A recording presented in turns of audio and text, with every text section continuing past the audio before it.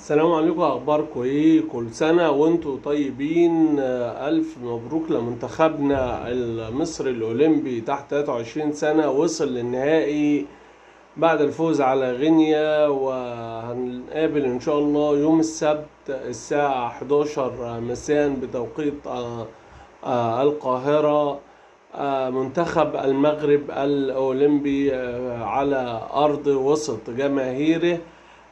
رجال مصر قادرون على تخطي المغرب والفوز ببطولة أفريقيا تحت 23 سنة. وطبعا مصر والمغرب اتأهلوا إلى أولمبياد باريس 2023.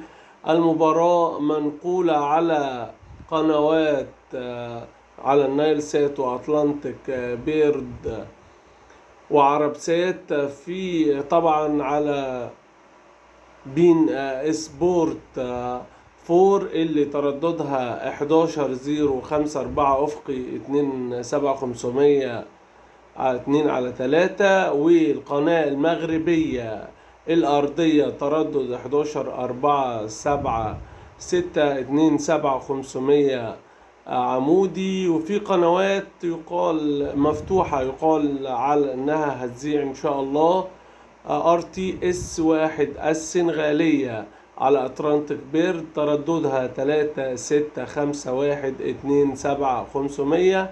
وفي قناة إيفوارية RTI مفتوحة على العرب سات ترددها 12,073 أفق 2,7500.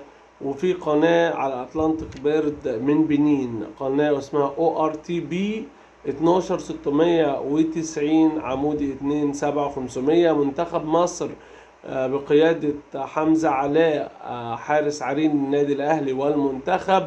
في الدفاع محمد طارق وحسام عبد المجيد ومحمد مغربي وحاتم سكر. في الوسط محمود جهاد ومحمود صابر وكوكا أحمد نبيل كوكا. وفي الهجوم قطة أحمد عاطف قطة وأسامة فيصل وإبراهيم عادل. إن شاء الله يرجعونا بكأس الأمم الأفريقية ويفرحونا يوم السبت الساعة 11.